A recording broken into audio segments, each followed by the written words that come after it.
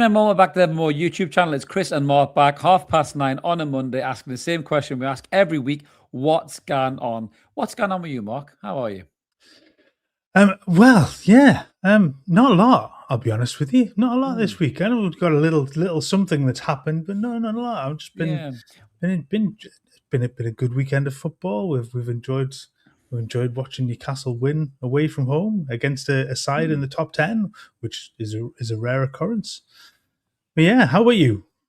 Yeah, I'm good. You know, I thought we'd try something a bit different on the show tonight, actually, just before we get Oh, going.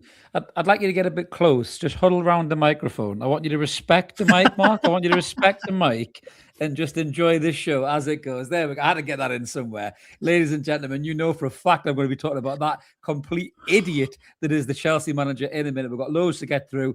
Newcastle United won. It's a huge week ahead. There's agents flapping their gums, a little bit of context behind that as well. And obviously, we are going to make fun of the Chelsea manager because why not? So remember to like and subscribe if you haven't already. Help get us to the next milestone, which is 13,000. We're only a few hundred away, so you guys can click that button, help get us there. If you're already subscribed, recommend us to family and friends, and maybe they can subscribe. It's all free content, never more. But if you want to be a member, there is options there down below. Click the button that you want. Marcus, you throw me there with that comment, mate. I don't know if you've had too many cervezas over in Spain there, Bonnie lad, but I certainly won't be reading that comment. Wow. We'll have all sorts of stuff sneaking in there. So anyway, we'll get into this. So we are live tonight in the chat. Come and join us as always. Keep it clean, though, Marcus. Keep it clean. And we'll get stuck in. So the first category, Mark, there is only one place to start, isn't there? And we called it Varsity Blues. And we've got to talk about this. I mean, we are going to talk about Newcastle United's brilliant win down at Stamford Bridge, which doesn't happen very often. Last time we said that, Papa Cisse scored probably the best brace I've seen in Premier League history. But we did beat Chelsea the weekend. We beat them 1-0. And that was very good. But the game was marred by some real weird moments. And we've got to talk about it straight off the bat. Everybody's seen it. Everyone's heard about it. This weird huddle that Chelsea did in the centre circle. Mark's got an image there. If he wants to pull that up for anybody listening on audio, you know what I'm talking about. This is where Chelsea decided to do this weird huddle in the centre circle. And Paul Tierney was standing in the centre circle. There's so many things wrong with this for me, is that for starters, the Chelsea players didn't either ask him to move or he didn't move himself is one big problem. Cole Palmer's taking the piss and laughing about it, you know, putting his arm around and giving him a cuddle. Looking at him the same way he looked at Donald Trump in the Club World Cup, which is enough to be said about that. And, you know, Liam Rosenior, who is an absolute clown of a manager. I will get into that guy in a minute. My God, honestly, he is my least favorite in-betweeners at all. He really is. I'd much more prefer Jay than him, I've got to be honest with you. But we'll get into that idiot and some of the crap he spouted out after the game. But it's just weird, isn't it, Mark? It's just weird. What was it all about? And it didn't even work. It didn't win the game. So are Chelsea going to keep doing this weirdness? I don't get it. Who's to blame? Is it Chelsea? Is it the referee? Tell me what you think, because I just thought it was the weirdest thing I've ever seen in my life. But I'm not entirely sure how you blame the referee for standing near the centre spot when that's kind of what he does towards the start of the game. The Chelsea players then surround him. Like, it's just utter bollocks, isn't it? It's like the Chelsea version of the New Zealand hacker, only a lot more tame. It's GCSE psychology bollocks, basically, is what it is, and it comes on the back of a GCSE psychology substitute teacher. I know we've called Eddie Howe a PE teacher before, but Rosenior is the epitome of a substitute teacher that tries to lay down some bollocks from his GCSE textbook. It's just utter shite. I don't know whether it's some way of trying to intimidate the opposition. They do it against Villa at Villa Park the other week, and they obviously went away. They seem to think this is such a good idea, and it just looks pathetic to do it. Where fair enough, have a huddle, like every team really does this, but to do it, it's kind of like stamping your sort of your ground and pissing on something that kind of mark your territory. But it just looks, especially when you lose, it just looks ridiculous. Yeah, it's weird. I mean, after the game, obviously, he was asked about after the game was Rosenior, and he said he didn't want to. Well, he wanted to protect his players. He said they were trying to respect the ball. Hence my joke there about the microphone. He said they wanted to respect the ball, I mean, the best way to respect the ball is keep it at the back of your net, which you couldn't do, to be fair. Like, but the one to respect the ball, he said it was the leadership group that came up with it. But I don't really believe that's true, because Cole Palmer's laughing his head off in that thing, feeling like a tit, doing the whole thing with the referee there. And that doesn't tell me that the players are really on board with that.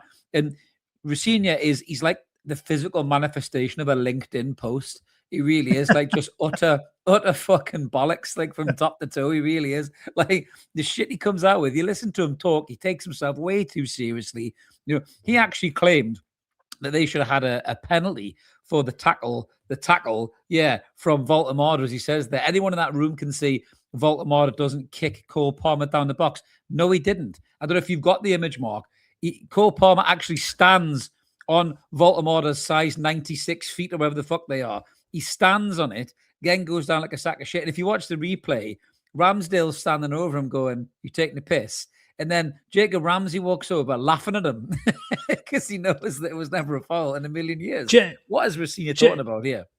Genuinely not a clue. I've no idea how anybody can look at that and go, yeah, that's a penalty. No. I mean, the fact that he stands on Voltemade's foot, he then goes down holding his fucking shin.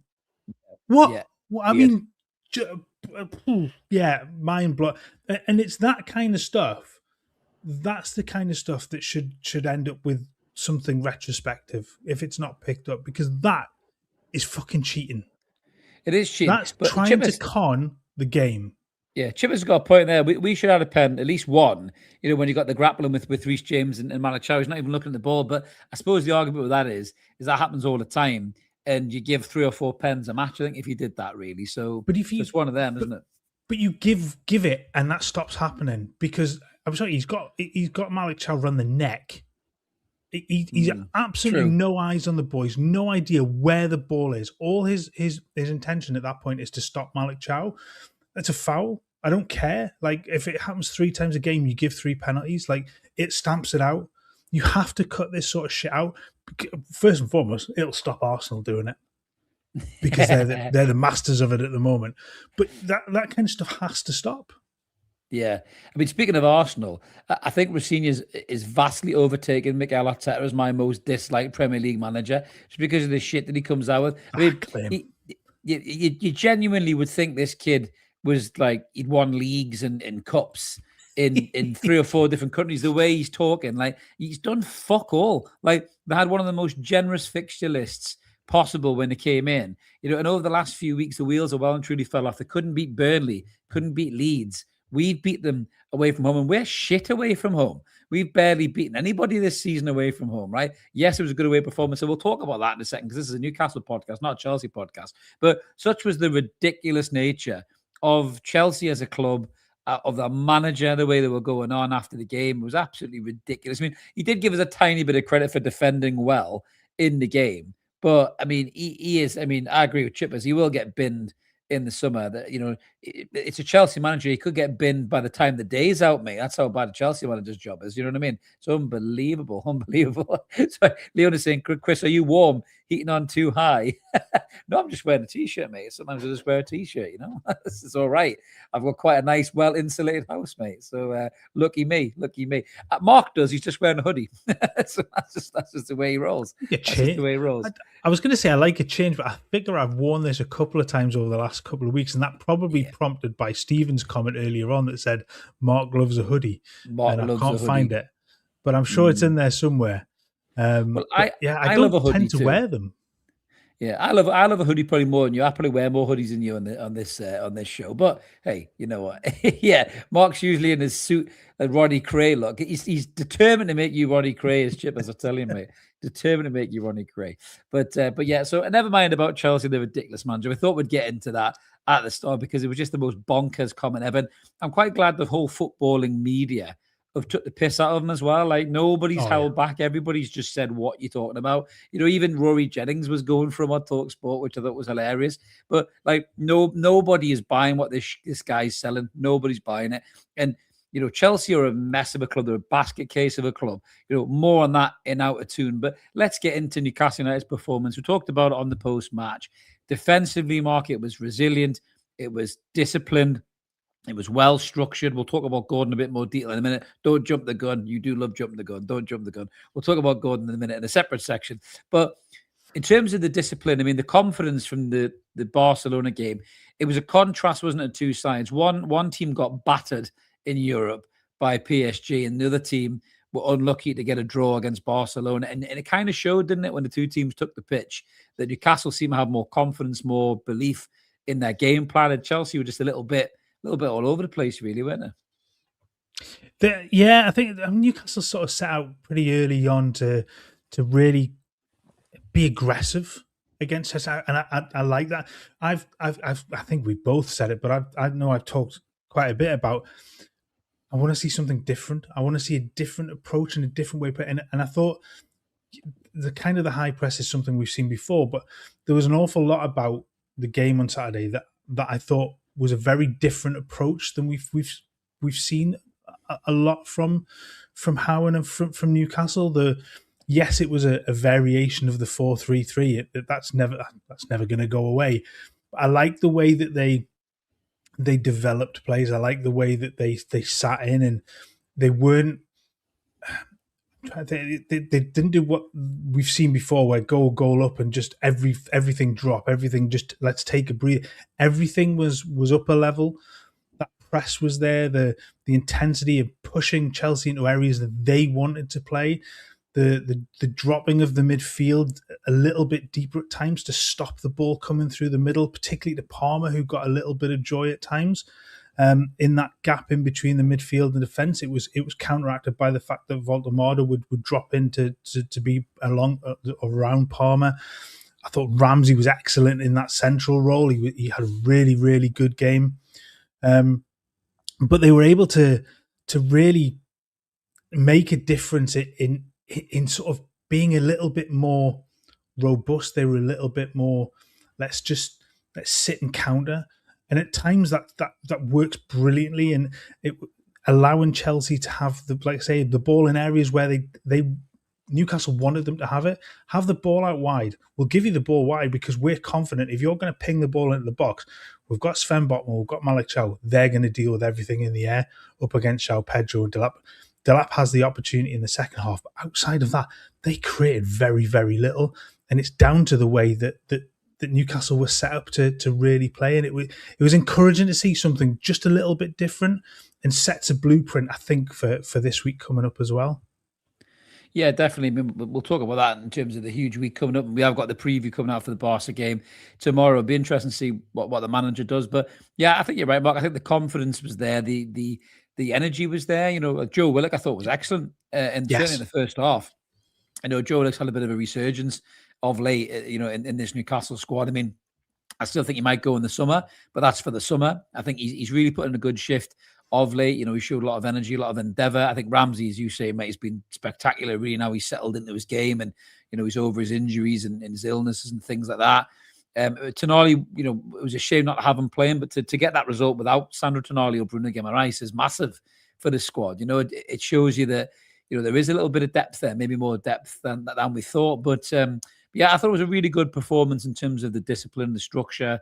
It was nice to have Tino back to add a little bit of pace on that right-hand side as well. Obviously, he plays a huge part in the goal. Again, it's nice to have choices. Will it be Tino? Will it be Trips for Wednesday? We don't know. We'll cover that in the match preview. But it's nice to have a couple of options for the manager. But it was a well-deserved win. I mean, Chelsea weren't bad.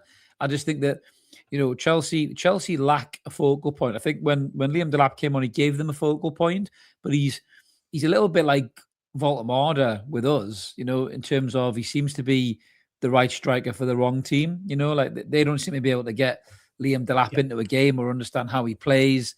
He's making runs and not finding him. They're not crossing the balls from him. He won a couple of nice headers. And I mean, the minute he came on the pitch, he got stuck right into Botman. I mean, I quite like Delap as a player. Some people turned their nose up with the thought of Newcastle going back in from in the summer, but I don't think he'd be a bad shout because he's physical. He's got a bit of pace. He can occupy defenders as well. I think he'd be quite good for us as a signing, to be fair. But that Chelsea team, that is just a massive mess of players thrown together, hoping that it gels. They're now on their second manager of the season.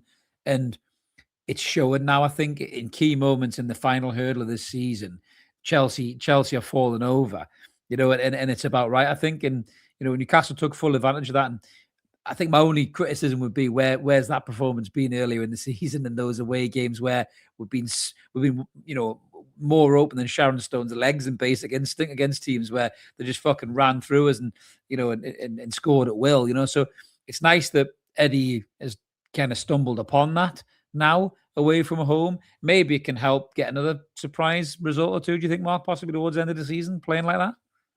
I think maybe it's a surprise result. It shows a little bit of willingness to change approach. The one thing that kept running through my head sort of after the game was, would that have happened? Would that style, would that attempt at being able to play like that have happened had Joe Linton and Tonali been on the field? Or would it have been the same? Was the approach different because of the willingness to run of Ramsey, that energy from Ramsey and Willock, and I'll give Voldemort an awful lot of credit. I thought the shift early on, he looked a little shaky, but he grew into the game an awful lot. Voldemort, I thought he's not a central midfielder. I don't think he will ever be a central midfielder, but I thought he put a heck of a shift in. Thank you very much, Pete. I thought he put a heck of a shift in the midfield, and certainly was part of that really good structure in midfield in the first half that stopped the ball being able to continue to get played through the lines. I thought it was really good. But yeah, definitely, I think it does bode well, that ability to structure a game like this away from home for the rest of the season. Yeah, I said that about Voldemort in the post-match. I think the first kind of 10 to 15 minutes kind of passed him by a little bit, but then he started to grow into the game. He started to get some nice touches. He was getting stuck into challenges. He was winning headers, and he was starting to look a bit more physical as well, which is exactly what we wanted it to be. And I think Eddie Howe was quick to praise him actually as well after the game, which was interesting. It was the first time I've really heard him single Voldemort out for a lot of praise when he's not been playing as a centre forward and scoring the winning goal. So it was nice to hear that.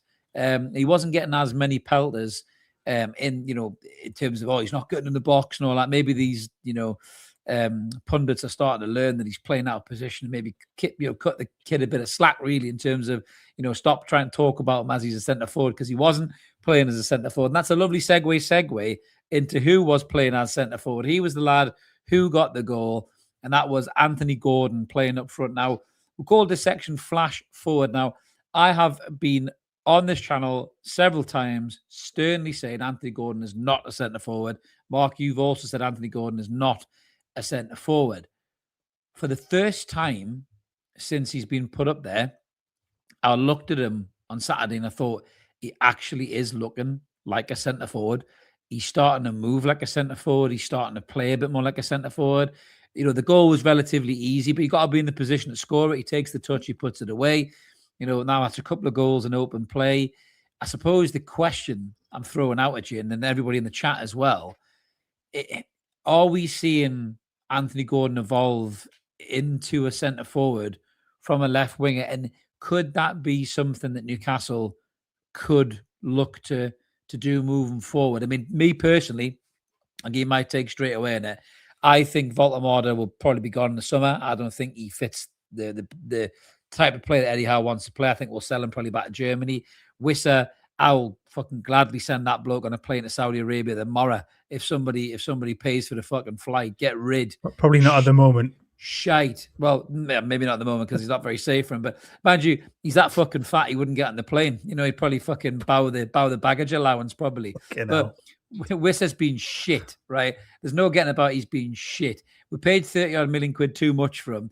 Then he blew his knee out on a building site. Now he's about 3 clem overweight and he's shit, right? So he's shit. Voldemort doesn't fit the style of play the manager wants. Will he keep him and play him as a midfielder stroke forward? I don't know. But I still think Newcastle need to go and buy a centre forward in the summer. But saying that, money's an issue. Centre forwards aren't cheap. Who are you going to go and buy? Samu for 85 million? Victor Osimhen for fucking 100 million? Who are you going to buy? Because they cost you money, big money. We've already been linked to Delap and Solanke, which haven't set people's pulses racing really.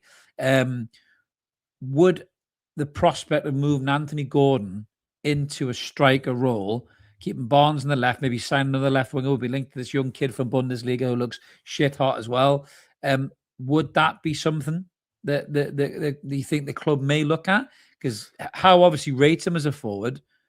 Has he got it in him to become a forward, a centre forward? I'm still not convinced. Not long term. I get that. I get that. Not for 38 games a season in a Premier League and in a Champions League campaign. There are moments when Anthony Gordon will look very good up front. Karabag one.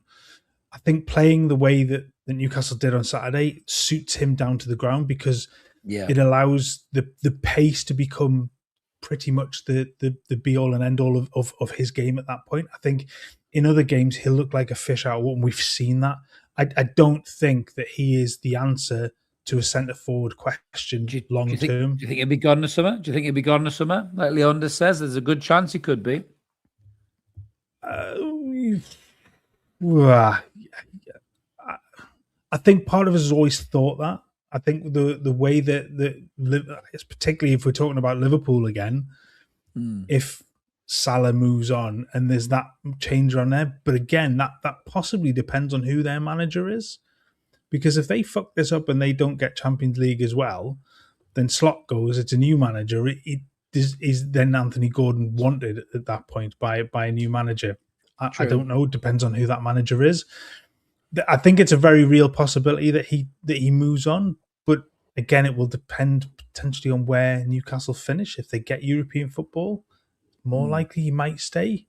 You've got to remember he's still relatively young, but I still just don't think he suits that role permanently. The game against Chelsea, ideal, that sort of thing. I think the game in Barcelona will suit him down to the ground in that contain, and break. Those are the type of games that will suit him best. 80% of the Premier League season isn't going to be like that, where teams do sit in deep. If you're playing in that low block, like the likes of Burnley and that do, his game isn't going to be able to flourish in that. Against a City, and I go back to when we used to talk about Maxi, his game flourished in games where defenses were high and he could run onto them, he could run and break in behind. Gordon's a lot like that. When Newcastle break quickly and they're able to break with the defense high, as Chelsea was, as Barcelona's has been, it suits him. But I think Newcastle have to. Unless the idea is to get Voldemort with a full preseason in that role up front and play off him, then a centre forward is going to be key. If they are going to sell him back to Germany, they have to bring in a proper centre forward at that point, because you're right, Wissa's just not going to cut the mustard. Voldemort could still do it. I still think there's a hell of a player in there. I really do. I agree with that. Yeah, I don't want him to go for what it's worth. No, I don't want him to go, but I just think the way it's looking, I could see it happening. I wonder whether a full pre-season will suit Howe and Voldemort to get him properly ingrained in the system. Would he get that with a World Cup? You'll get a reduced pre-season. A reduced pre-season, but at least he'll have some. Whereas this season, he had absolutely no lead-in time. He came in when the season had started, so it's a difficult one. Yeah, absolutely. Yeah. I like Brian's comment. Neve is playing really well for them 21s. I saw the goal he scored the other day. It was a brilliant finish. And so was Song Su's as well. And kudos to the air guitar playing. What a great celebration that was. If he gets in the first team and does that on a regular basis, I can see loads of Geordies doing that, doing the old air guitar in the crowd. I think at the moment, I think Sean Neve's a better bet than Wissa. I really, really do. But I would say I'm a better bet than Wissa because he's fucking crap when he comes on the pitch. David at least Neve can move. Exactly. Not when he's running to get a toffee yum yum from Lidl next to the training ground, or other supermarket supply. But we all know that Little Bakery's the goat. David saying I can see Gordon wanting to leave if he's in the spotlight of being a centre forward. For us personally, I prefer him on the left wing just as an option. Yeah, I think Barnes could play there. I think Barnes is such a good finisher. I think Barnes could play through the middle as well, but he's never tried Barnes through the middle. He's always tried him out wide. You see what he did against Barcelona. For the drifting inside and scoring and hitting the post before that, then I think Barnes is probably good on that left wing because he's more unpredictable there, isn't he, Mark? In terms of popping inside and going on the outside as well. Barnes, you never know what he's going to do next year as a defender. So that's probably why Barnes is there. But yeah, I did look at Gordon at the weekend. I mean, I've never been on the Gordon centre forward train, but I did like what I saw from him, and he's got a big opportunity on Wednesday to play through middle, which I think he will. I wonder if Asula gets either the nod or if it'll be Elanga. It'll probably be Barnes, Elanga, and Gordon, I'd imagine, wouldn't it, if Gordon's fit. Then maybe Asula later on in the game if one of them are tiring, potentially, because Asula's threat scared the shit out of Barcelona at St. James's Park. 100%. They were petrified by it. Yeah, the pace is, and they do play high. So pace in behind from, I mean, Elanga only has to get it right once, I guess. I mean, we struggle to put any sort of proper form together, but I do think that if you can get balls through the line in behind the left back and get him running in with Gordon running onto that as well. So, and we saw that at St. James's Park early on the season where the getting in behind and putting the ball across the box to an on-running sort of forward. In Gordon again, it didn't quite come off, and I think Barnes is the other one at the back post where he puts it wide from sort of similar sort of thing. But it scares them. They don't cope well with it. And it's something you don't see an awful lot of from the rest of the Spanish side. So those three together, I think, will cause problems and would probably give Newcastle the best opportunity on Wednesday night. I can definitely see that. George is saying doesn't want to be too optimistic for tomorrow. Every time he's optimistic, they let him down. And every time he whinges, they prove him wrong. So whinge away, George. Whinge away. You do your usual thing, mate. You never know. It might work in our favor. But yeah, we'll get into the game. Might as well get into it right now, Mark, because it is a huge week ahead. We're going to do the preview for Barcelona. That'll be out tomorrow. But we've got Barcelona and then the derby at the weekend. I'm going to put you on the spot right away, right? Tiny games, really. If you had to choose one of them to win. Oh, no, I knew you were going to do this. What is the most important? What is the most important one to win? Everybody in the chat as well. This is for you. Out of these two games, I know my answer. Wait, what are the out of these? Do you want me to go first? Out of these two games, if you could choose one to win, right? I'm telling you right now, it's the derby. And I'll tell you why it's the derby. I'll tell you why it's the derby. It's the most logical answer, right? Because Newcastle are within 2 points of being seventh at this international break with 7 games to go after that derby game. And Chelsea are on the wobble. Villa aren't doing particularly well at the moment. So, and then we've got to play Bournemouth as well, who are, in and amongst us in terms of that European spot. If Newcastle beat Sunderland and get that confidence, get the momentum, and they put a good shift in against Barcelona, no matter what happens, that can really give Newcastle the confidence to finish the season in the Europa League spot, which I think salvages the season. Beating Barcelona and getting through the last 8 and getting done by Real Madrid or whoever, or Atletico Madrid or whoever else is there, I don't think that does Newcastle any favours. Beating Sunderland and carrying that momentum to the last 7 games of the season and finishing Europe, for me, that's why the Sunderland game is more important.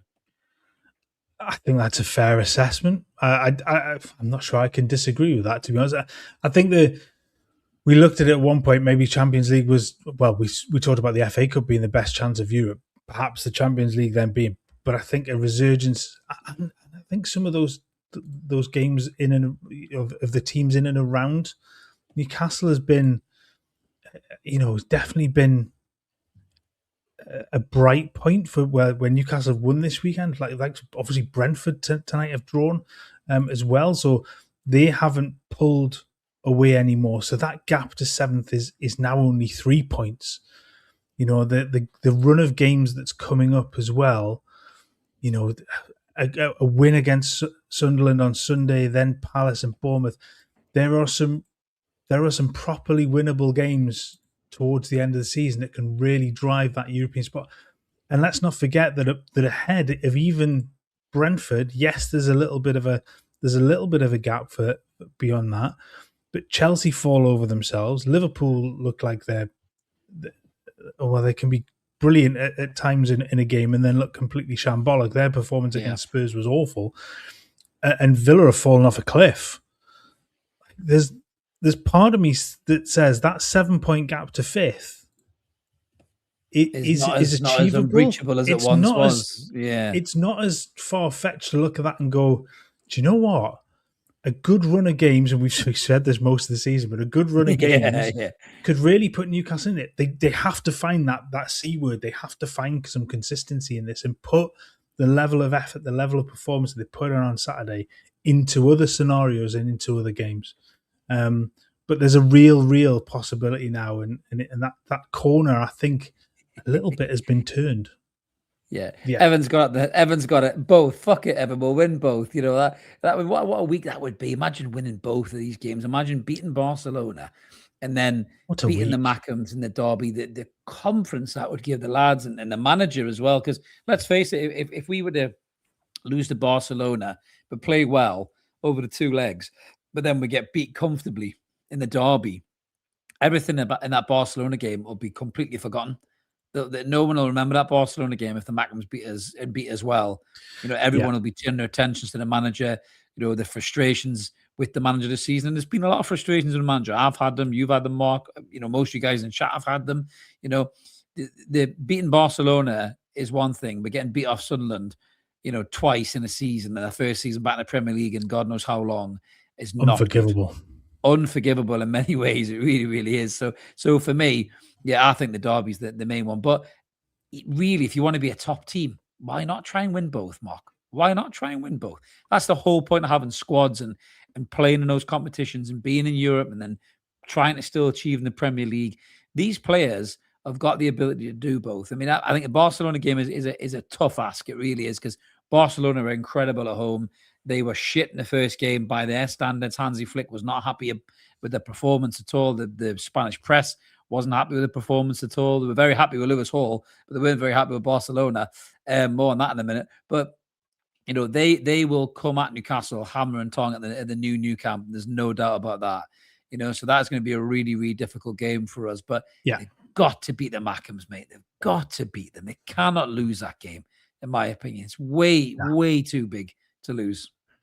It's one of those where I don't want to make it sound like it's a bit of it's bigger than the season kind of thing. I think when you've lost to them already this season, that has to be 3 points. You've got to get over that hump and win that game. And you're right, the Barca game's going to be incredibly difficult out there. I think they've got to hide off the manager. They went out and scored 5 yesterday against Sevilla, and looked pretty good doing it as well. Against Bacadimos. It was quite the performance, I think. Bacadimos, yes, unfortunately conceded 5. But look, it is a different. It's a bigger arena, it's a bigger pitch, it's a different scenario to last week's. But I do still expect Newcastle to put in a really, really good performance on Wednesday. Me too. But I think you're absolutely right. I think the bigger of the two, for what it means for the rest of the season, the Sunderland game for this week is the biggest game.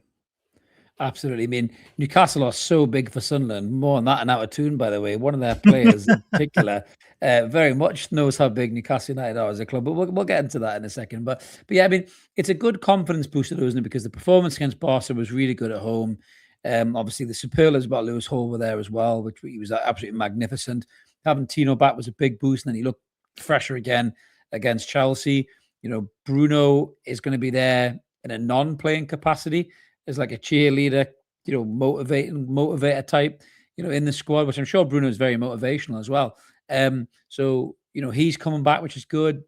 The Miley situation is very weird. You know, Miley said he was going to be back for the second leg.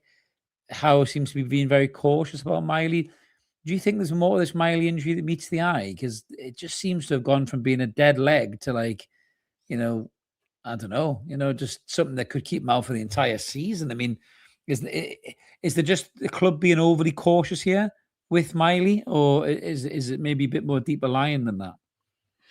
I think it's just a case of caution, and it would almost be a first, because we've seen from the way the players have been bounced straight back into squads. It's been done too quickly. The fact that I guess was it a couple of days ago that he's still not forgive me because I've been out of the loop with work and stuff today. A training situation and stuff with him. He hasn't been running with the group, has he? He's on running, the grass, but he's not with the group. No. But he's not with the group, which suggests that this is far too early for him. Like if he's not back in proper training, he's not working with the group with the ball yet. But again, I go back to what I've said before about others. Don't risk it. Like, no, as big as this week is, you don't risk putting him out of action for the rest of the season and beyond. Because we've seen with others, you bring them back far too early and you run the risk of losing them for months and not just weeks. And I just think for him, because he is such an integral part, I think, of Newcastle's future, you just can't risk bringing him back too early. And caution is the right thing at the moment for it. Yeah, I actually think as well, and we'll talk about Tonali in a second, but I actually think as well with Miley, as Brian says there, he's being cautious. That's a good point. He can with Miley, you're right. But I also think with Miley potentially could be that player who takes that Joe Linton role next that Tonali role, next season if he goes. Because we've seen Miley play in that deep line midfield position and be really good with the ball. He uses the ball really well. He's become a lot bigger and stronger. He's an aerial threat as well, from set pieces. So Howe may be looking at Miley thinking, this is the kid who's going to step in and replace Tonali if he's going to go. And I don't want him getting hurt this season. I don't want him having a bad injury that's going to cause me problems for not having Lewis Miley for next season. The kind of optimum level Lewis Miley that I want to have for next season. And hopefully Tonali doesn't go, but we'll get onto that in a second. There's a real good chance that he very much could go. And all this talk about 100 million quid to bring Elliot Anderson home, I would love it, by the way, literally would love it. But I'm not sure if Newcastle are going to be in the fight for Elliot Anderson. I just think that will be outpriced for that, I think, possibly. And especially if he has a good World Cup, Mark, that's going to be a challenge. I think that's a huge amount of money when there's more of a squad to build. Like, £100 million is just you could buy 2 or 3 players with that. Yeah. As much as you want to bring Elliot Anderson home, like, and that would be amazing to get him back in that midfield. He'd be the successor, I think, in that central midfield role to tick things over. I think he would work really, really well again in that role. But 100 million is at this point in the journey is too big a step, I think. No, I think 70 million, I think you're in the realms of possibility for it. 100 million, it's too big a step, I think, for now. It depends what the ins and outs are of the deal when we sold him, isn't it? We may have first refusal at a lower price. We don't know, but we might as well move on to this because Tonali missed the Chelsea game. Obviously, had the stomach bug or the illness that everyone was spreading around because they're a team that loves to share. So they shared with a nice illness with each other and made everybody sick, which was brilliant. Well done, lads. But Tonali couldn't play in the game. Obviously, we got the result anyway, which was great. But Tonali's agent was talking previously to the game. Now, it's interesting because when we first saw the headlines, and a lot of other content creators jumped on it, had a right screaming, shouting about it. And listen, I normally would be right there with them screaming and shouting, but we did happen to see a little bit of context to these comments from Sandro Tonali's agent. So the headline was that, Tonali is looking for a move to either City or Arsenal. And his agent said that was always the plan when he come to England. So everybody went, raw, you fucking who's this guy? What's he talking about? Fucking this and fucking that. Blah, blah, blah. But the context that came out for it, Mark, if you want to pull it up on the screen and we'll explain it audibly for the listeners. So the question was, Newcastle are already a Champions League club, but now it's said that Tonali is in the sights of top clubs, those who instead aspire to win the Premier League like Arsenal or Manchester City. And what the agent actually said was exactly, that was the goal from the moment he went to England, to try and make him a star player. I think he's the Italian footballer with one of the highest values in the world. Now, so that is a very misleading representation, isn't it, Mark, of what his agent actually said? Just a little snippet for headlines, just to kind of cause a bit of furore and a bit of clickbait, really, wasn't it? Media outlets creating furore over misplaced headlines. Have you ever heard anything like it? I don't believe it for 1 second. Of course it was. I mean, look, I think on the back of his comments earlier in the season as well, I think those two things together immediately had people jumping 2 and 2 together and getting 3 or 4, 3 or 5, not 4. 2 and 2 together is thank you very much. It's late in the day. My maths is fucked. Well done. Them glasses ain't working, mate. They don't work for me brain, do they? But that immediately gets you back up, doesn't it? When you see, and especially with it being agents, and we all fucking hate football agents because they're 99.9% of them are the scum of the earth. Like they're vultures in this world. But I think the immediate jump on of that was a bit too swift, and the context of the conversation where you go, well, hang on, when you're talking about coming to England, playing for a Champions League side, he's got that. So it's not quite as black and white as it maybe seemed at first. So I still think there's a potential that he does go. Oh yeah, but on other conditions, and the fact that then, do you know what I mean? So I think if Newcastle were to get Europa League, for example, there's the potential he might stick around. I think if it's any less than that, I think at that point then you possibly. I kind of still expect him to see something in the summer where that there's movement, there's bids, that sort of stuff. But it's probably not as cut and dried as I maybe first thought. Yeah, I mean, he did say he wanted to be part of the leadership group, didn't he, for next season? But I mean, it all hedges on what Newcastle do, as you rightly say. And unfortunately, that's football, And Sandro Tonali's not from fucking Blythe or North Shields or Wallsend, you know what I mean? A Dan Burn or a Sean Longstaff or a Lewis Miley, even because they're Geordie lads, even if they don't qualify for Europe, they're still not going to itch for a move because they're Newcastle lads. They've been born and bred here. This is their club and they'll stay. Elliot Anderson, had it on good authority. And we do hear things, but we don't jump on the channel and say it. But had it on good authority that Elliot Anderson didn't want to leave the club. He was livid that they accepted a bid for him. He was more or less refusing to go.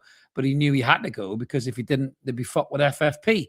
So he had to go reluctantly, and he's gone on from strength to strength since he went to Nottingham Forest, and he will be starting for England at the World Cup, and I think he will have a really good World Cup, probably alongside Lewis Hall as well. We'll get into him in a second.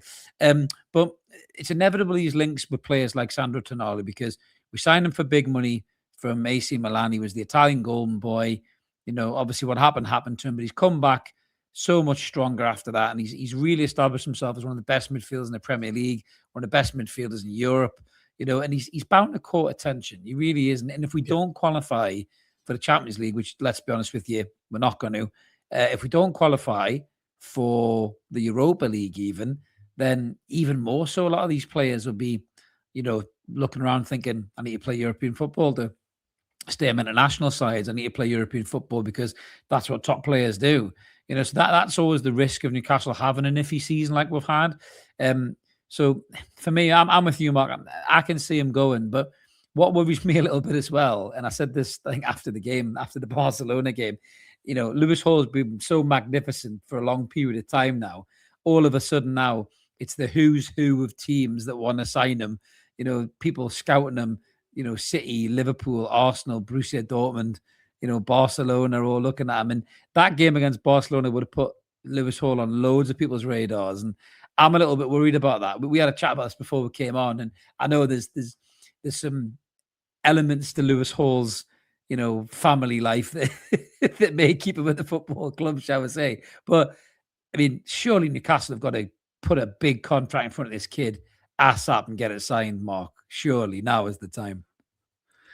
Yeah. I think that's an easy one to answer, isn't it? I think that of the players that are in the next contracts, he's got to be up there. He is a little bit like Miley. I think he's fundamental to the next few years of the club. I agree. Yeah, and at 21, I think his scenario is different to others, given his age, given his background. Different to Tino as well because of all the injuries Tino's had. And I think Hall is way ahead of Tino in terms of his development. So, I'd probably sell Tino, as controversial as that sounds. Depending on what you'd ultimately get for him, that's a possibility. But for Hall, I think, it's entertained absolutely no no contact for him whatsoever. I think a new contract in front of him as quickly as possible. Yeah. But ultimately, I think, despite the fact that you're looking at clubs like Dortmund and Barca and all of those that will inevitably come sniffing because of how good he has been, his age is a good factor in the fact that he is only 21, so he's got plenty of time left. It's not like he's 25, 26 and looking to be in that. Ultimately, you want to play at that highest level right now because there's years like Tonali. Yeah, possibly exactly. So he's in that bracket where a season out of the Champions League or potentially 2 seasons out of the Champions League suddenly becomes an issue for him, whereas Hall can afford to play a little bit of the longer game, take on a year or two where maybe he's not in the Champions League, but still ultimately at 23 years old be then starting left back or wherever for Newcastle, playing week in, week out in the Champions League every single season from then on. And you're right, his background, the family sort of link with that, the fact that they're Newcastle fans, is a huge pull on that as well. He may not be from here, but his heart is. Yeah, I totally agree. George wants them all. He says, pay the lads the money. He wants them all. He wants Miley, Hall, Tino, and Anderson back. What a side that would be, mate. Absolutely brilliant. Leo says, the problem is if you've got Real Madrid coming to town. Now, listen, Lewis Hall looks like he's got a very pale complexion, Leo. That sun would not be good for Lewis Hall. Factor 50 for Lewis Hall. So I don't think he would tan very well, Leo. So I'm okay with that. I'd be more worried about a German side, I think. He might go for them. Pot Mags is saying he's absolutely elite, in my honest opinion. I couldn't agree more, mate. England's best player in the 25 and includes Palmer, Bellingham in that highest scene and Ballon d'Or nominee. You know, I think at the minute, right, I would struggle to name a better left back than this kid. And at the minute, just looking around football, as someone who plays left back, I genuinely would struggle to say, oh, he's a better left back or he's a better left back than Lewis Hall. Yeah. Nobody really comes to mind. Honestly, nobody comes to mind. I think watching what he did against Yamal, watching what he's been doing all season, you know, the defensive stability, the attacking threat, the crossing, the pace, the body swerves, you know, the 1-2 passing. You think, is there a left back out there that's doing what he's doing right now? I generally don't see one. I suppose it depends what you want out of him. Mendes at PSG is probably one, but more of an attacking sense than he is defending. Defensively. It's Grimaldo at Leverkusen is a good player in as well. Yeah. I mean, if you go back a year or so, Alphonso Davies maybe would be one. Theo Hernandez would be another one. But again, I think right now, Hall's game is above them. So I don't. You'd be hard pressed. You wouldn't choose any other left back in the world at the moment over him. I don't think I would. That's where I would. There might be better, I think, but right now I wouldn't choose any other left back in the world over him. He would be my starting left back. I don't think that's ridiculously outrageous to say. To be brutally honest with you, I just think he's gone up. He's improved so much, way beyond what we thought he could have done. I mean, and to me, Mark, if he's not in the starting England lineup in the World Cup, I'll be astounded. I mean, you know, the international break is coming up soon. I'm pretty certain he'll be called up, but he's got to start, hasn't he, for England? He's got to start.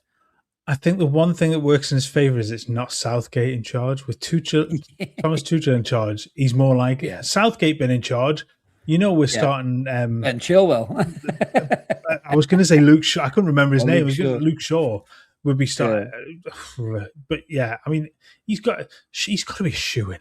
Absolute shoo-in for that spot. Yeah. Do you know what, as well? If he hadn't got injured, I generally think Miley would have gotten that England squad because he could play 3 positions. He was playing so well.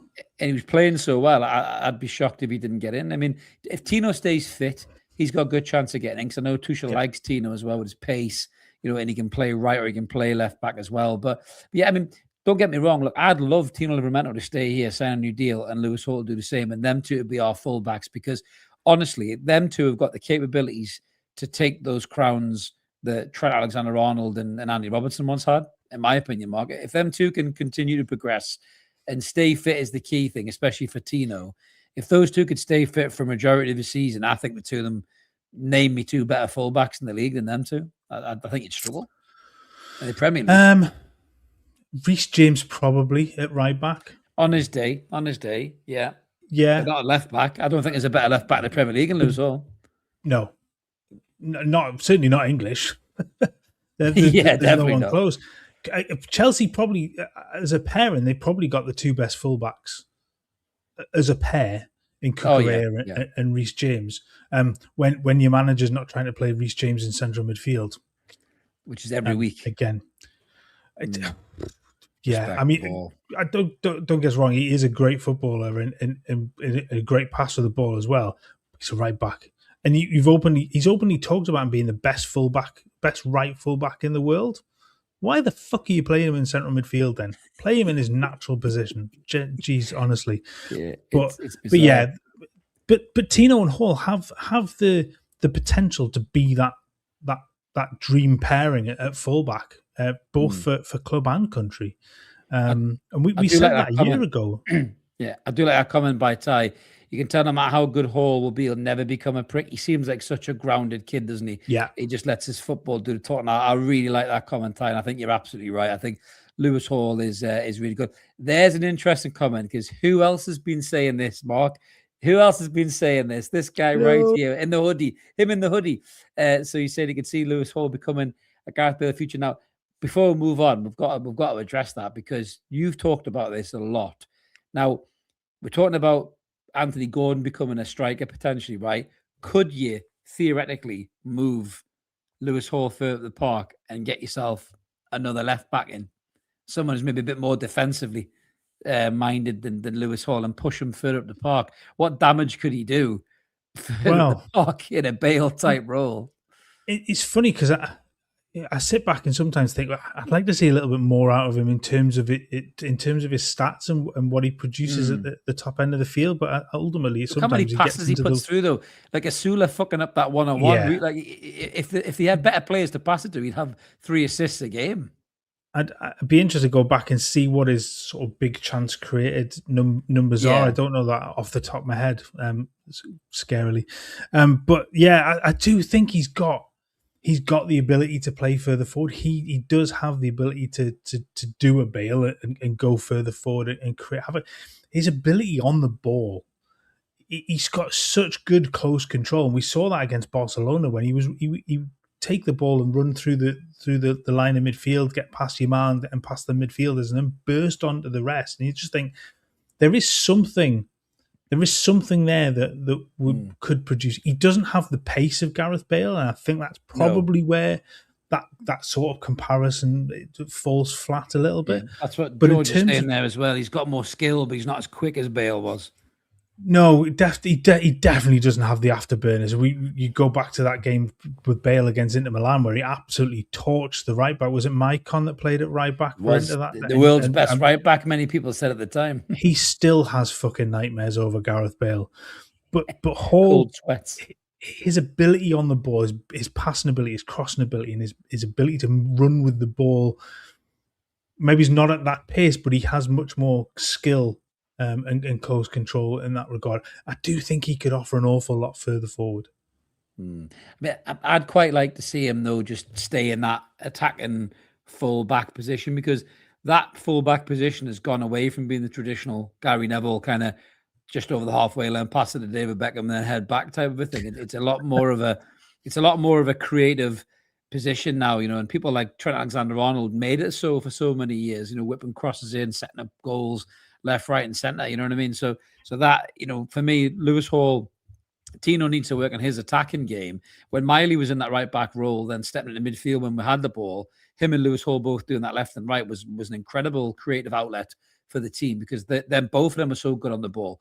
That's something the club can maybe explore going forward as well, if you can get them both fit and tied down. But yeah, I mean, a phenomenal player. But it's no surprise that the transfer links have been coming in for him. Hopefully, we can tie him down and he can stay here for many years to come, because he is fucking class, and he's going to show it again at the new camp. So just before we move on to Out of Toon, really, ref, I mean, we did scratch our head about this, Mark, there, but there was only one person who really qualified for really ref this week, wasn't there? And it maybe unintentionally, it was, of course, Paul Tierney. standing in the middle of the Chelsea huddle, I'll show it again. Making weird like Mick McCarthy stare eyes at the camera too. What the fuck was that about? That was so odd. Like I felt it's like him and the cameraman had a moment. I thought I heard Careless Whisper playing at one point. It was fucking weird as hell. It really, really was. So that is the absolute winning really ref this week, without a shadow of a doubt. It really couldn't go anywhere else, could it? I mean, it just had to be that much. That image is just. I mean, you can't make that up. Do you know what I mean? It's just one of those that's going to live with us for an awful long time. Yeah, he's never going to live that down, is he? He's never going to live it down. But moving on, so it is Out of Toon, so it's time to talk about all things non-Newcastle United and get stuck in. My God, we've got a full plethora of things to talk about this week, haven't we, Mark? We're going to start with the unfortunate case of Igor Tudor at Spurs. He's having a bit of a rough time, isn't he? They can't really. I mean, they had a good result against Liverpool, to be fair. They got a good draw there right at the end. Richarlison, of all people, getting the equaliser just to wind up the Scousers, which was funny. But during the game, there was a funny moment where Tudor went over to who he thought was on slot to give him a little tap on the back, and it just happened to be just a random ball bloke on the side of the pitch. And he styled it out quite well, I felt, but you could totally tell he thought, oh fuck, that wasn't him, was it? It was the tap on the shoulder. The bloke turned around to sort of shake his hand, and I think he looked across and went, "Fuck, he's over there." I was just honestly, moments you can't make up. It's just perfect for TV. That really, isn't it? He really, really was. Brilliant. Yes, stuff. George, plethora. I'm in there. It's supposed to be Levy's brother-in-law, says Mason. Oh my God, that's even funnier if it was. What the hell is he doing? But yeah, so that was funny. That was funny. I'll tell you what else was interesting as well. So Chelsea may have respected the ball this week, but they certainly didn't respect the rules, did they, Mark? Because Chelsea have been absolutely caned today. Breaking news today that Chelsea have been battered. So they've admitted making 47 million quid in secret payments. That sounds like something very cloak and dagger to unregistered agents. There's those agents again, and third parties over transfers between 2011 and 2018. The club have accepted the historical charges which occurred under Roman Abramovich's ownership. They've been fined 10.75 million quid. They've had a ban, haven't they, from academy editions and also first team transfer bans, but correct me if I'm wrong, it's been suspended for a year. Is that right? Yeah. So the academy ban is in place, or the academy transfer ban is in place, but the first team transfer ban is suspended for 9 months, I think it is, or something like that. Which all in all seems incredibly lenient. And I don't think other teams would get away with quite so much. Everton did. They got fucked. Everton got nailed to the wall, didn't they? When you've been paying under the table to agents and non-registered agents, bear in mind that at that point in time they were signing and this involves players like Eden Hazard and players like that. So this doesn't go unnoticed by the fact that in that period of time they won the fucking league by doing this. But I think they get away with it because the new owners saw this in the books and went, "Ooh, hang on, they've self-reported." So the FA or the Premier League have gone, "Okay, we'll give you the benefit of the fact that you've looked at this, you've spotted it, you've brought it to us. It's previous owners." As underhand as it is, and I still think it's bollocks. I think it should have been a heavier penalty because ultimately it's given them a huge sporting advantage, I think, in that regard. There was one comment I saw about it, that even with that money added to the PSR books back then, it wouldn't have broken PSR. But that's because Abramovich had managed to build the empire beforehand, where they could spend whatever they wanted and build at that point. But there are still, I think it's something like 75 charges that are hanging over from the FA. It could get worse. I still think it's such a lenient penalty for what it is, and when you consider the players that they were able to bring in at that point and what they were able to do with it, a 20 pence fine effectively, because 10 million is absolutely nothing. I think one of the guys in the Discord, apologies, I can't remember who put it. In fact, a little bit of it might have been Stephen actually. A little bit of creative accounting over the next few weeks, and that £10.75 million disappears. Oh yeah. And ultimately, sorry, go on. No, I was going to say ultimately they don't lose any sporting advantage for the transfer window because they're allowed to do it. They've had a massive sporting advantage by doing this in the past. So I just think it's incredibly lenient. Well, they can't sell any. They can't sell any hotels to themselves anymore because they've shut that loophole anyway, haven't they? So they'll probably just sell like toilet roll. Probably sell toilet roll to themselves or something like that for like 500 quid a sheet or something like that, possibly. No, in Chelsea, they always find a way, don't they? But, well, just when you think it couldn't get worse for Chelsea, again, as Mick McCarthy would say, it can. Pedro Neto had a little bit of a wobble, didn't he, this week, where he attacked a ball boy in the 5-2 defeat in Paris. And he should have got a red card for that. Did he get a suspension for that? Did he get anything for that at all? I don't think anything happened from it. I think it was just carried on regardless. But weird. I know there's a thing where obviously the ball boys aren't allowed to they've got to put the ball back on the cone and stuff like that. But he should, like, you can't lay your hands on a ball boy like that. Like, I'm sorry, we've seen that in the past. Dreadful. Wasn't it a Chelsea player that?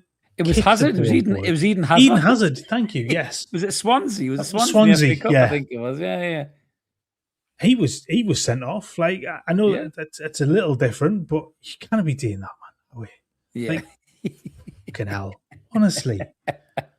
That's the most Jordan you've ever sounded. You can't be doing that, man. You can't be doing that. Nice. It comes out occasionally. It does every now and again. But yeah, well, from a current Chelsea player who should have got a red card to a Chelsea player on loan who, Jesus, deserved a red card.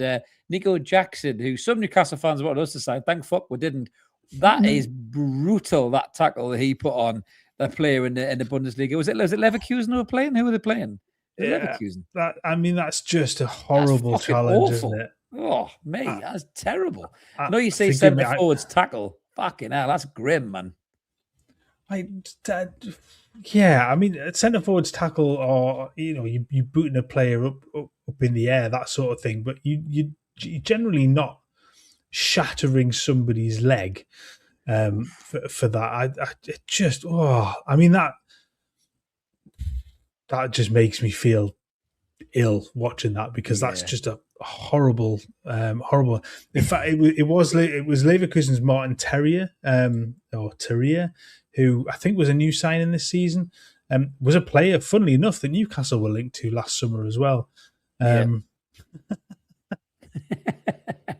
Chock our block, man. Chock our block, man. Yeah. I do remember the Rocket Robins. They're very good, very good. He's like, you've lost your train of thought now. He's throwing you there. He's throwing. It's so easy. He's like a cat with a fucking laser pointer. You just throw a comment at him, and he can't deal. He can't deal. That was a bad tackle. No, it's an awful challenge. It was a really bad tackle. As Leander says, he thinks that Jackson has 7 working braces. I think you've given him 5 too many there, mate, to be honest with you, because I think he's fucking terrible. I'm really glad we didn't sign him because he's dog shit. But you think that was the worst red card you've seen this week? Certainly not the weirdest red card you've seen this week. So I sent this to Mark as we do our little researches for Out of Toon, and I couldn't help but to laugh at this, even though it was really fucking weird. So there was a game in La Liga, if you haven't seen it already. It was Atletico Madrid v Villarreal, I believe it was. And a player who's actually been linked to us, the big Norwegian centre forward. Alexander Sorloth. Alexander Sorloth, yeah. So Alexander Sorloth was just walking past the player who's is it Abkar? Is it Abkar? Abdullah Abkar for Villarreal. He then decided to give him a little bit of lip, give him a bit of verbals, and then decided to flick his bell end as he walked past him. To which point, Alexander Sorloth just reacted in probably most ways and just grabbed him by the arm and decked him. Threw him to the floor, yeah. Like proper threw him to the floor. It was like WWE style, threw him to the floor. It was fucking brilliant. If you haven't seen it already, go watch it on Twitter or wherever else. It was it was fucking brilliant. And they both got red cards, didn't they, in the game? Which what was funny though was Akbar couldn't believe why he reacted so badly, because it's just okay to go up and flick a guy's bell end, mate. That's normal, isn't it? Of course it is, mate. What was he doing?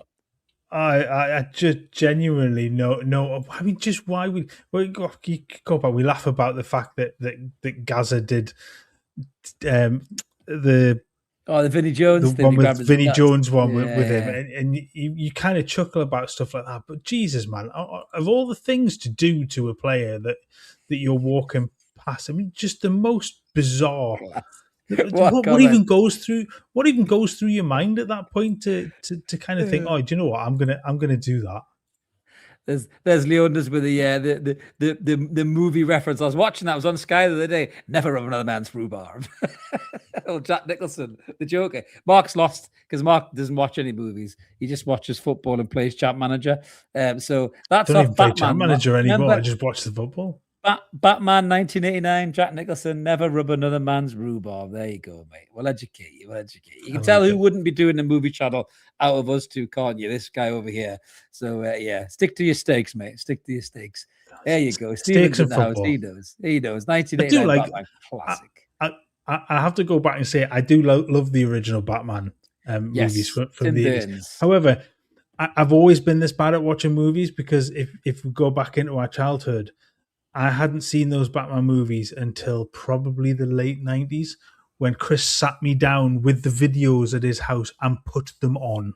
Yeah, that's how bad he is. Yeah, that's how bad he is because he was too busy watching like Whitney Bay versus Blythe Spartans in the field or something like that. Because he's always been in sports. He's always been into his sports, as he says. We have actually got another comment there, which is Evan put this in earlier on. We haven't missed this one. Are we going to do another members Q&A? Yes, we will. Do another members Q&A probably during one of them pointless international breaks. We'll come up and do a Q&A, guys. A couple of weeks. He's all entertained. Couple of weeks, keep us entertained as the international break is born the shit out of us. And how could we forget this, Vincent? It's not Out of Toon, but it's a 1 year anniversary for the cup win. That's flown by, isn't it? There's been so much gone on since then. I did see a picture online, and my eyes were drawn to the rodent in the team picture. It shouldn't have been. It just made me feel a bit like annoyed. Really, I was just a bit annoyed. Obviously, I love the fact we won the cup. I was like, ugh. You know, why is he there? You know, fucking why is he there? You know, yeah. Was the only goal that was scored counted for two was Dan Burns? Is that the? Yeah. Why is a Liverpool player in that fucking shot? Get him out. Get him out. Yeah, exactly. Are they doing something of this? Were they doing something of the stack tonight? I saw something on X. I saw your post earlier on, and watch along. What was that about? I genuinely, hands up again. I've been kind of out of the loop today, so I'm not entirely sure. I would have guessed that would have been the case, that they would have done something to mark the occasion and do so. So it certainly makes sense. I'll tell you who we should have asked, I'll tell you who we should have asked. We should have asked a Sunderland player, shouldn't we? This fella right here, Mayenda, who, if anyone didn't see this, was fucking brilliant. I wish he'd done this in the lead up to the derby. Mind you, he might have got away with it because he could have said it's tiny with derby. But he put this on when Sunderland were playing Brighton at the Stadium of Light to say, come on, whip up on Instagram. We're ready for this game. And you can see there's loads of, there's a Stadium of Light there. Is that the Roca Pier possibly? What's that above his top of his shoulder there, Mark? What bridge here in the top left, isn't it? What bridge is that again? I'm trying. Oh yes, that would be the Tyne Bridge, wouldn't it? It doesn't look like the Wearmouth Bridge, does it? That looks very Tyne Bridge-esque. Oh dearie me. Oh dear, son. That's not gone down very well, I imagine, with the Mackhams, to be brutally honest with you, but absolutely fucking hilarious. I'm sure that if we do beat them, there'll be kind of one bridge or something like that. There'll be a bridge-orientated chant. And I wonder if War Flags might actually take the piss out of them as well, which would be quite funny if they did that. So, throw up a little flag of the bridge, possibly. You never know. Hey dear, yeah. There has to be somebody has to come up with a chant about the bridge with a week to go about the bridge, because that's brilliant.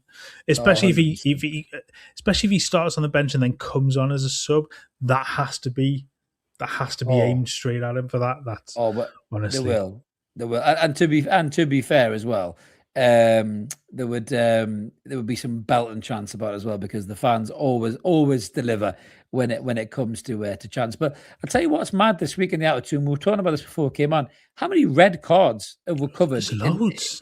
There's loads of red cards. I mean, this was probably one of the craziest ones, wasn't it? Was this one here down in for Notts County? So if you hadn't seen this already, so it was Oliver Norburn for Notts County. He stated a claim for the weirdest kind of red card. So he was already on a booking for an early foul, and then he got a second yellow for throwing the boot of his opponent off the pitch. So they went in for a little tackle, then the boot came off.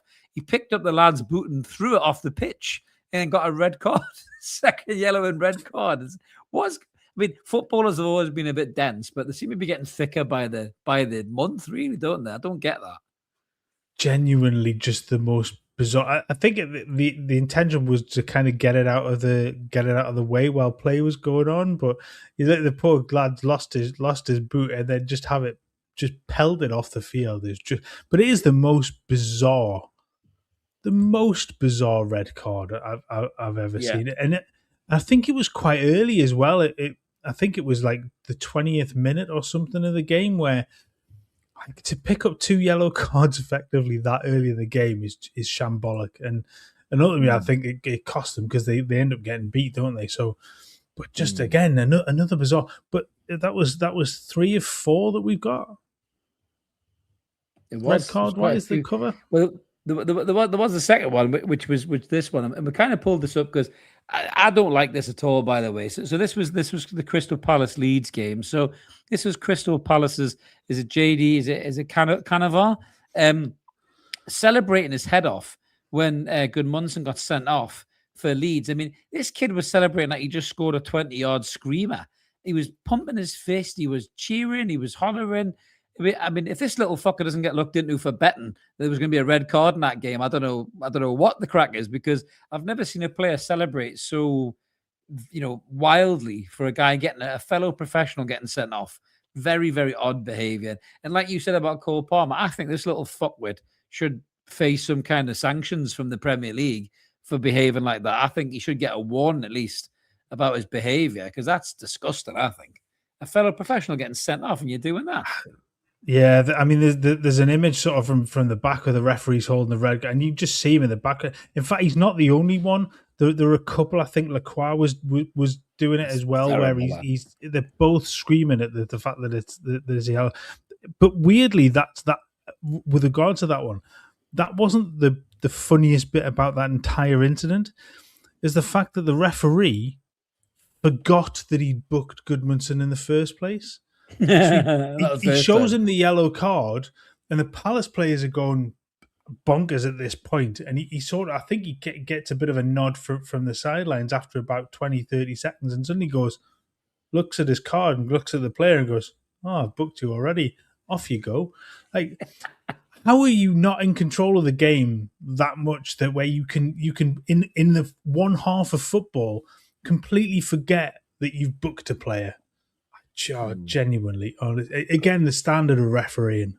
Oh, well, you can say it now, but remember Graham Paul booked somebody 3 times in one game. That was that was the World Cup, wasn't it? That he did the World that, Cup. I think he booked him 3. He didn't actually send him off, did he? Booked him 3 times in one game. Didn't send him off. Honestly, pub quiz questions galore here. Absolutely unbelievable. But we'll step away from a little bit of controversy before we get right back to it in a second. So Bayern Munich are having a bit of a goalkeeping crisis on at the moment. And as the resident goalkeeper, you kind of love this, don't you?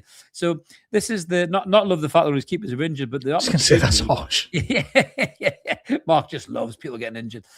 No, so the opportunity for this 16-year-old backup goalkeeper for Bayern Munich is it Leonard Prescott? 16 years old. I mean, he's 1.96 meters tall. He's a big unit, by the way. So look at all those injured goalkeepers there. This kid has got a chance of playing against Atlanta in the Champions League. What a debut that would be at 16, man. That's incredible, isn't it? I mean, as stories go, it's an incredible one. And to have those 3, well, certainly the 2 in Urbig and Neuer out, to then lose your next one down and to have to dip into the and the next. and then to have to dip into the under, basically what would be an under 17 player, to do it. It's just a mad story. I guess for his point of view, and for Bayern's, they're lucky in that sense that they're 6-1 up from the first leg, so there's a little bit less pressure on them. If they're going into that game and it's 0-0, there's a whole heap of pressure on such a young kid. Massively. I mean, very well could be. I mean, you're right. I love stories like that because it's how you ultimately you get a shot, isn't it? And you've got to take advantage of the fact that other players are getting running. Yeah, there's a couple of running comments right. there. I mean, I'm almost surprised that Bayern didn't ring me to go, "Are you free?" Do you know what I mean? But the list of goalkeepers that they've lost, but this could very well be the making of him. I mean, if he puts a really good performance in on Wednesday, suddenly his stock is through the roof. And I mean, if you're at Bayern, you're not a bad player anyway, are you? But this could really jump him up the ranks a little bit. If he goes in on Wednesday and has an absolute blinder, then his career's set up then. Yeah, he could be absolutely. I mean, remember when Tim Krul did this for us, didn't he? Remember when Tim Krul played for us when he was like 17 or something? When I think Harper and Given were injured as well. He came in and played in the UEFA League, I think it was, wasn't it really? So yeah, well, Snaky's not a fan. He says too young, shouldn't do it. I mean, 16 for a keeper is a bit of a risk, but I mean, as you say, Mark, you're not at Bayern Munich as a 16-year-old kid if you're not very good, and he's like 9 foot tall, isn't he? By the looks of it, mate. So I'm sure he's probably a very good keeper. And in fairness, I was going to say it wouldn't be the first time we've seen this on the European stage as well, in terms of a goalkeeper going into a big club like that. Donnarumma was 16 when he made his debut for Milan. I think he came off the bench, was already in the squad and came off the bench in a game and carried on from there. And look at him sort of now. It feels like 20 years later and he's still only 27. Didn't Casillas started young as well, didn't he? I think he was quite young when he started. It's odd, isn't it, that we've got this thing in England where you're too young as a goalkeeper. I think some of that is to do with the stature of an awful lot of goalkeepers. They're too small. But I mean, if you're nearly 2 meters tall and you're built like that, then if you're good enough, it doesn't matter how old you are. Like if you can hold your own in that regard. And when we're watching wet wipes like Vicario play, how on earth he doesn't save that free kick yesterday is beyond me. He threw his cap on that. He's tall. I mean, Big Nick will reach stuff. That's for sure. But yeah, look, he's still be in the box. Wrong one, baby. But actually, look, he's. Sorry, go on. You finish your point. I forgot about something there about Anthony Gordon. We nearly forgot that. Gordon had a bit of a snapback, didn't he? Rooney and Shearer. And Shearer. I mentioned that. Yeah, I mean, he was. I tell you what, he spoke very well, but he was not a fucking happy camper, was he, Anthony Gordon? He said he thought it was utter nonsense, and even Eddie Howe stuck up for him, didn't he, in the Chelsea pre-press conference, and said that it was his decision not to play Gordon because I think he was obviously getting a bit of stick. So I wonder if Gordon was a bit upset about that behind the scenes. But I think a little bit of context from that as well came out, where it was a case of, well, he'd said he'd been in bed for 3 days, and he got it when he was expecting to play it, and Howard said no. Did he also say that he like changing room wise, he was kept away from the other players as well? And which makes no sense. Yeah. Well, that my comment at the time was, if you're putting him in and around the players when he's not well, you're asking for somebody else to go down with it. Obviously, if Tonali's not been well, you'd Ramsey before. If you're keeping the players in and around the rest of the squad, that's really dangerous. Like, but I think if you're keeping him as much, but he still sat on the bench with the other players, so you've still got that environment when there's the potential to pass that on. But I think fair dues to you. Look, you know yourself if you're not right. He obviously he was sort of ready. Howe kept him out based on what had gone on beforehand and stuff, and to have you, I guess, to have your professionalism questioned, and it wouldn't be anything that we haven't questioned with players before as well. But too right, snap back. I don't mind that at all. It shows a little bit of fire, if nothing else. Yeah, I hope we weren't boring Ty there because he said he can't stay awake. He's off to sleep. Sorry, mate. Hopefully, we haven't bored Ty there, but we'll finish Out of Toon before anyone else falls asleep. Now, it may be dangerous, as you say, having an ill player around his teammates, but it's not as ill as having a Birmingham City centre half in the box, is it, these days, mate? Because Jack Robinson did the most stupidest thing I think I've seen a defender do in some time. And we had Titus Bravo playing for us for years. So the goalkeeper and him were trying to sort out a goal kick, and he thought he'll take the goal kick or he'll place the goal kick. I don't know what was going through his mind, but he gets the ball back. He then puts his hand on top of the ball and gives away a penalty. What did he touch the ball for? So the ball's played over the top and it runs to about 5 yards to the left of where he is now. The goalkeeper picks it up. He then trots along and passes it out to Jack Robinson, who then trundles 5 yards into the 6-yard box, stops the ball, completely bizarrely, rather than just stop the ball with his foot, bends down and puts his hand on the ball to stop it and then plays it out. Meanwhile, the rest of the team are going, what on earth are you doing? The ball's never gone anywhere close to going out for a goal kick.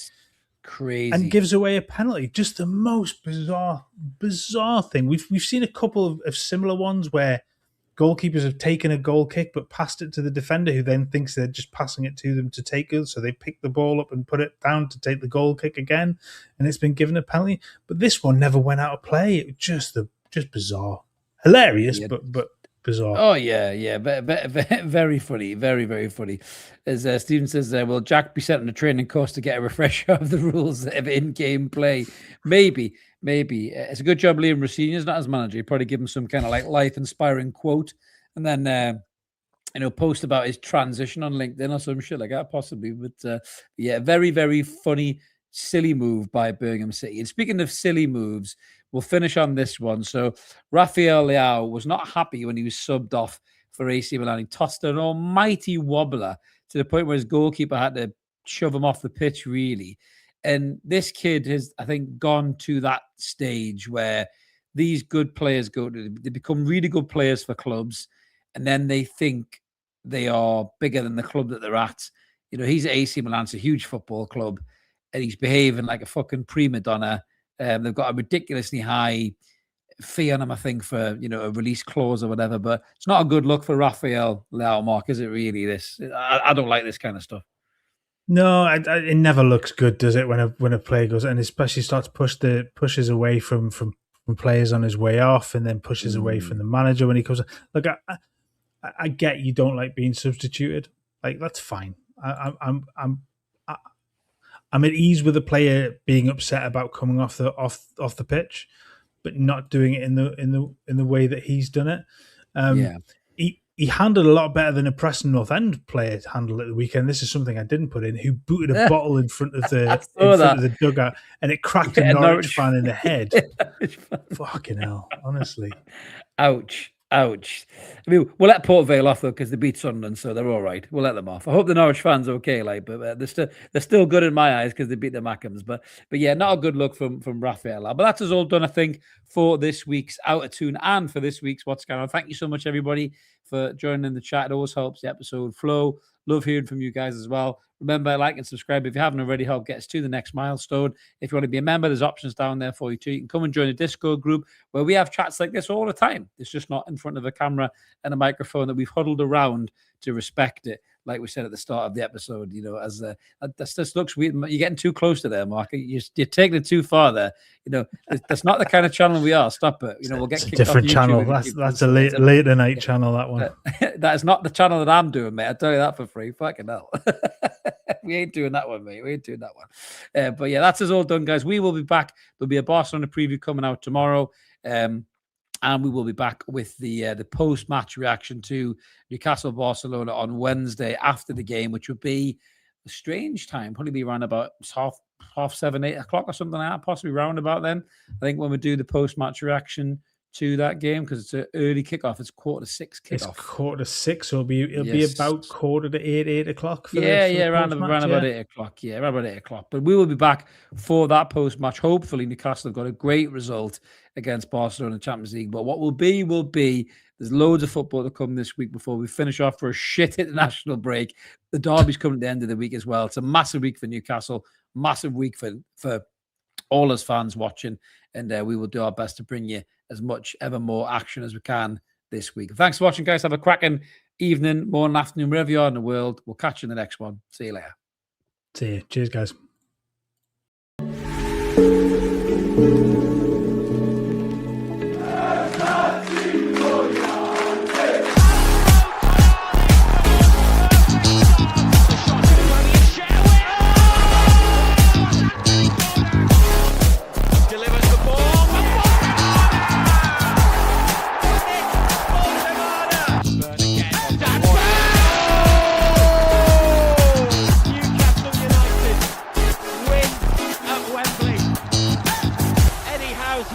Celebrate.